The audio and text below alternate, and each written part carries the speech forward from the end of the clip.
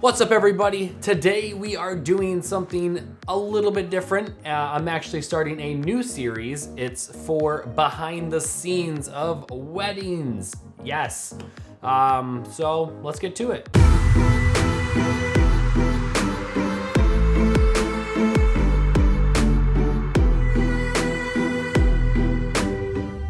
So what I did is I took my gimbal here, which you can see there's a GoPro mount, put my GoPro on it and just recorded certain times of the wedding day. And I'm just gonna use those clips, put it in Premiere and do a voiceover explaining some things that I did and some things that happened at weddings. So this was my very first try, so bear with me. There are some shots and some spots that I missed that I really wish I would have recorded so I could have explained some things. I did fly my drone a few times and I didn't get a lot. There was a lot going on. It was my first time and it just was really hard. So as I progress, I plan on recording more and more and explaining more. So this episode is mainly just going to be random, why did I do this? How did I set up my cameras? How I filmed the day, and just a little bit here and there. As we get more into it, I may focus on one specific thing per video, or I may make sub videos based off the footage I have in some videos explaining just one little thing. It'll probably be like a 3-minute video versus like this one probably being like a 10-minute video. So stay tuned for all this. If you want to see more, hit that subscribe button. And if you like this content, please hit the like and comment down below what you would like to see at weddings, because I have plenty more to go this year, and I plan on bringing my GoPro to every single one to try to help you guys that don't know how to do weddings or want to know more about weddings learn about them. Or if you do a ton of them and you're just curious as to how I go about doing things on my wedding days, feel free to take a watch, because I know that's one thing I'm very curious about, is how other people, do their thing on wedding days. So stay tuned and let's get to it. I also wanted to mention real quick, I did attach it to my gimbal. So when I tilted my gimbal left, right, or back and forth, the GoPro followed, whereas my actual camera on top obviously stays or pans. So if it tilts a little bit left, right, or back, forth, I'm sorry if the camera angles suck, but that's kind of the best solution I've come up with so far to get you guys at least some footage without looking ridiculous trying to vlog while I'm, at a wedding trying to be professional. So maybe one day I'll find a couple that's super cool and doesn't care that I vlog, but anyway, now let's get to it. I'm on a new mic now, so it may sound better or worse, but right now I just got here. Normally I would get there while the bride is getting ready and get all the beforehand shots, but due to the schedule I got here now, and I'm basically just kind of looking around to see what's going on, what's the ceremony site look like, where can I put my cameras. Right here, I definitely found a spot for my camera. It's kind of hidden behind a pole, which is really nice. And I always mic up both my cameras just for an extra audio source, just to be safe. And I do have another camera up on the balcony, which is super nice to have. As you can see it up here. And it's out of the way of everyone, including the photographer, which works well because she won't be in my shot. And I don't have to deal with a photographer being in my way. She was super cool though, so I don't think she would have been a problem regardless. But some photographers just don't really listen when you say you're gonna put cameras places. But I just went up here, kind of looked at the shot I had, turned on my camera. Even though I'm super far away, I still put a mic on it just to be safe. And I'm just kind of looking to see what my shot's looking like, and then I was good to go. I do mic up the groom as well. And then right here, the people are starting to walk down the aisle, and it's working out pretty well so far. I don't usually get everybody walking down the aisle just because it's a lot of jump cuts in post and it doesn't look good in my opinion. So I basically just kind of wait for the bride to come out, and that's kind of the main shot I get. I do get some of the groom as well. I'm just kind of talking about generalities today in this video just to kind of get a feel for how these videos are going to be going. All right, and right here, this lady was afraid that she was going to be in my shot, and I didn't want to have to make her move just because that's kind of rude, and it's not that big of a deal. I'll kind of frame my shot over her, so I can't even see her head in my shot on my camera, so it wasn't really a big deal. I just kind of raised my arms up. Then the bride comes through the doors and comes through the aisle, and I get a really quick shot right there, and then I kind of sprint to the front to get a front down shot of her walking down the aisle. I always love getting that, and I wait for people to stand up so I'm not in the way and like super noticeable. But yeah, right here, as you can see, I kind of get her coming down the aisle. I get a pullback shot, and then I kind of dip out of the way so the photographer can get some of her shots, and I just kind of move so I'm out of everybody's way. And yeah, so then I kind of just sit my camera here. So I like to have this as a cover just in case my cameras were covered by people standing up. That's usually one of my biggest issues. All right, now they're standing up at the altar, and my camera here, I'm checking it to see that everything's all good, make sure the focus is good. And once I realize that the camera's all good to go and I've got everything covered, then I kind of dip off and stop recording on my main camera that I'm on, my gimbal, because I know I have that shot covered. And then right here, I'm just showing you my shot to see what it looks like. That's my B cam. That's my backup camera in case my other one shuts off, loses focus, etc. And right now I'm heading back up, I believe, to go check on my other camera, make sure it's recording, make sure the focus is good. The ceremony tends to be one of the more stressful parts of the day just because you need to make sure you get everything and your camera angles don't get screwed up. But right here, I'm going to show you my shot. It's basically straight down the aisle, which is what I love, and people don't get in the way. Everything was good on that camera, so I went back downstairs to get some shots on the gimbal. So this was more of a Catholic mass. I wasn't a full mass, but they were sitting up front, not facing me. So there's not many shots I could really get at this point. So I kind of just get a few shots walking down the aisle, getting a dolly in or moving in shot. This angle seemed to be a little bit better. I could see the bride and the groom, and I kind of used that pillar to do the whole hide behind the pillar, and then, you know, you get the reveal shot type deal. And now that the minister is up there talking in front of them, I'm going to do this push in and pull out shot one more time just because there's a little bit more going on. It's a little more dynamic. Right here, the photographer was getting her shots, so I like to try to work around them to be nice because they do the same for me most of the time. So I went on the seat next to her, and then I kind of pulled my camera out right next to her, and just to kind of get a similar shot. I believe I thought the rings were going on right now, or they were, one of the two. So I shut my GoPro off, and I didn't get the first kiss on the GoPro. I did obviously in my other camera, and then I got a shot of them walking down the aisle with the photographer not in the way, and then I got, you know, a little bit more. I just forgot to turn the GoPro on. But that was the end of the ceremony, and this is where it gets a little tricky because I usually take my car, but we are going to downtown Detroit, Michigan, which is impossible to find parking. So luckily I was able to drive with them, and the bus driver dropped me back off to my car before going to the reception.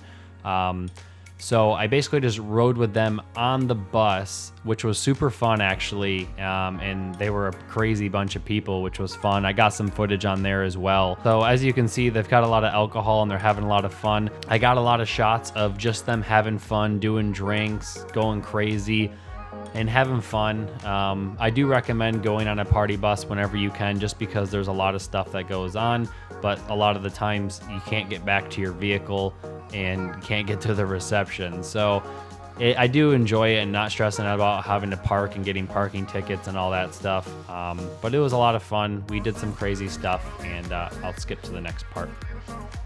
So here we went on top of a really popular parking garage in Detroit. I've been here before. It was super fun.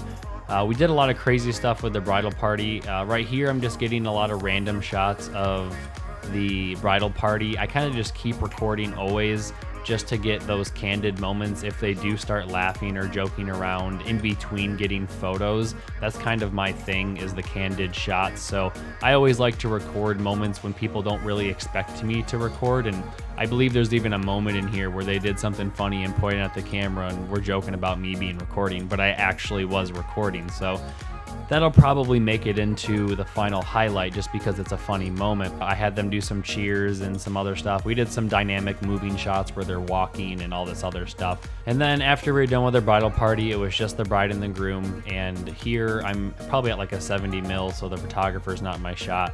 And we just had them do quite a few things. We had them be kissing, twirling, walking, holding hands, all the fun stuff that you normally would do. And then, like I said, I always record the in-between moments just because you never know what they're gonna do or say in between the photographs. And a lot of the times those are the moments that make it into the video just because they do a lot of really fun and cute things together, or they laugh and joke around while they're waiting for the next photo, or they're trying to get directions. So that's kind of what we did here. And you can see here and there like him doing some funny things. So we did some more stuff in an alleyway right next to it called The Belt, where there's a bunch of restaurants and some cool murals on the side of the wall. We did some stuff with the whole bridal party, and then we did individuals with the bride and the bridesmaids, and then the grooms, the groomsmen, and then all that fun stuff, and then just them together. As you can see here, they were throwing the groom in the air, which was a lot of fun. It made a pretty cool picture the photographer showed me, and then also in the video it's gonna look pretty sweet in slow motion how he's just flying in the air. So just fun stuff like that. As you can see, all the guys were like super excited about the photo that they just got. And then we were getting like a cool shot with the alley in the background, and I kind of got like a tilt down shot of everyone having some fun. And I'd also like to mention this photographer was extremely awesome and a lot of fun. She also does video, which was pretty cool, so we actually had a lot to talk about. And it was a super fun day with the photographer and the bride and groom. They were all super chill, and there was even some random people that joined the photo that were just trying to walk down the alley. And like I said, there was just some super cool people there, and they were just having some fun. And then we got to the reception, which was extremely awesome. It was in someone's backyard, but it was extremely well set up, and it was a super awesome venue. There was a pond in the background, and there was just a lot of really cool stuff here. And the first thing I did when I got there was get my detail shots and kind of looked around and made sure I knew where everything was. It was really hard though, because a lot of the times if you're on a party bus or something, you get there after all of the guests, so you don't really get a whole view of the empty venue. But I did my best to get a few detail shots of things. You can't really get widened detail shots unless you include all the people, which isn't always a bad thing. But I'm just walking around here, checking everything out, seeing what's going on. And then we're also getting ready to have the bridal entrances, which was actually a really cool thing. They had some confetti cannons after the bride and the groom came in, and I think I have that on GoPro, so I'll skip to that so we can just get right into it. So it was a really stressful moment because I knew it was going to be really cool, but the DJ told everybody to stand up and I wasn't expecting it, so my shot got blocked and I had to like hurry up and rush to the front, and so did the photographer, so we could get our shot. Ended up working out, but it's things like that you just don't expect. That was really sketchy, but it was a really cool entrance with all the confetti and stuff, and they were a super fun couple, so they had some fun with it.